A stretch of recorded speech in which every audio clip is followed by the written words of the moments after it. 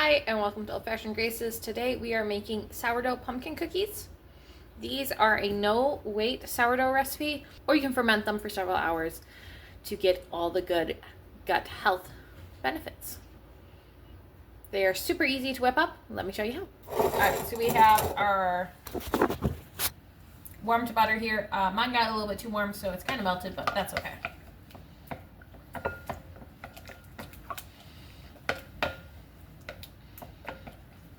So to our butter, we're going to add 3/4 cup brown sugar.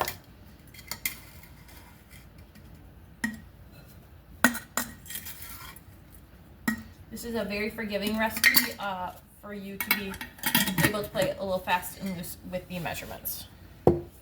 Now, you can definitely do this in a mixer, but my mixer has sourdough bread fermenting in it right now, so a bowl it is. Get them blended all up. If your butter is not melted, then get them kind of fluffy. If it's melted, this is fine. Next, you're going to add in 2 eggs.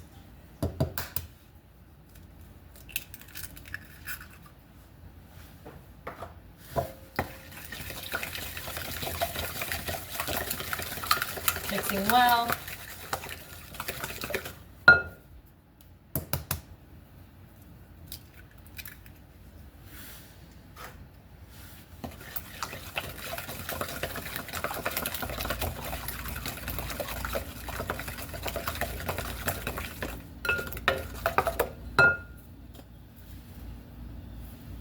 Next, we're going to add in our sourdough starter. This can be discard, fed starter. This was fed earlier today.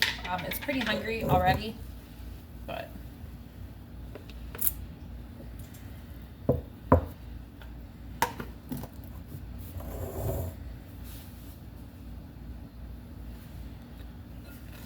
give that a mix.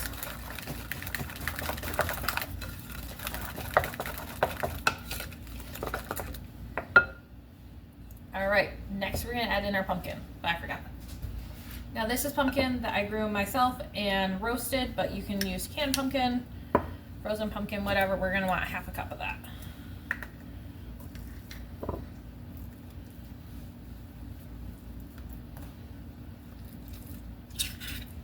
Probably just slightly more than 1/2 cup, but I really like pumpkin.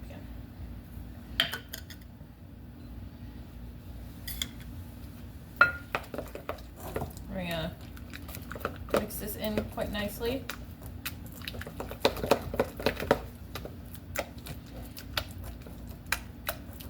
This is where a hand mixer would be lovely, but this works too.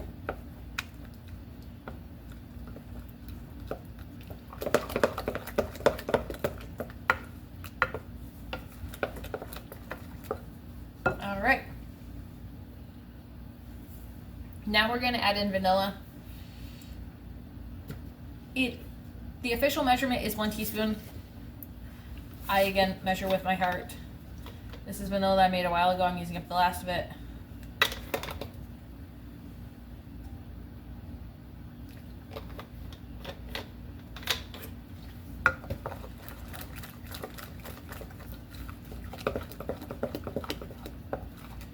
All right. So now we're going to add our dry ingredients. I have 2 cups of all-purpose flour in here.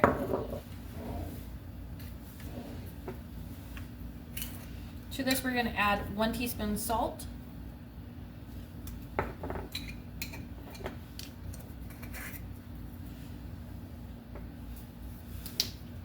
Two teaspoons baking powder.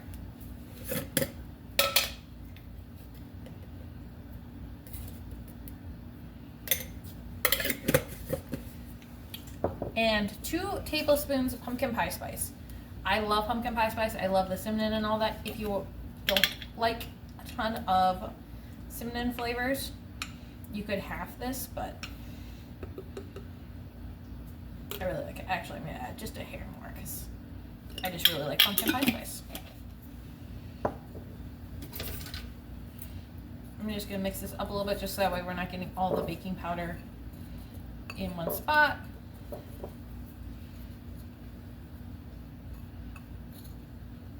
Dump this in.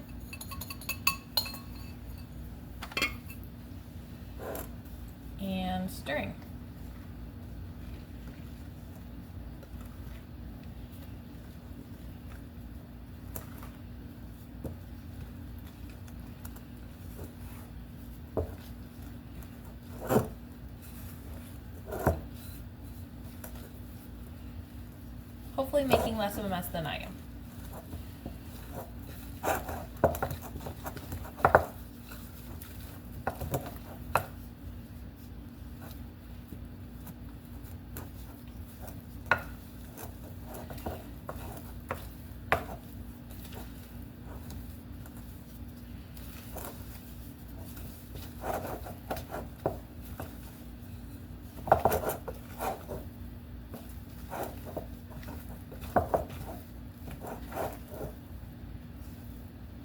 Alright, so it should look like this. At this point you could cover this and let it ferment for up to 8 hours, or you can bake it right away, which is what I'm going to do today. You just scoop it onto your cookie sheet. You want to either grease it or line it with parchment paper. I like to sprinkle some sugar on top. Let's show you that.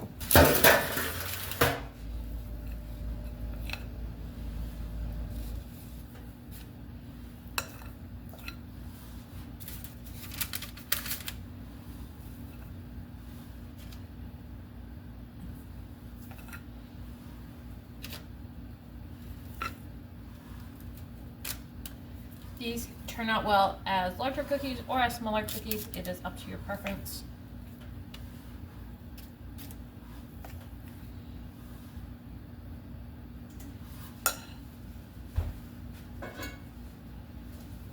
I like to top mine with some cinnamon sugar.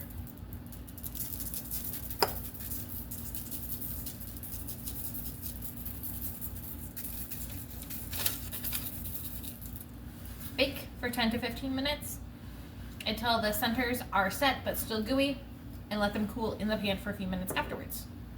They bake at 350. This is what they look like all finished. They are delicious. You can eat them like this or top with your favorite frosting such as a cream cheese or a regular icing glaze. Enjoy!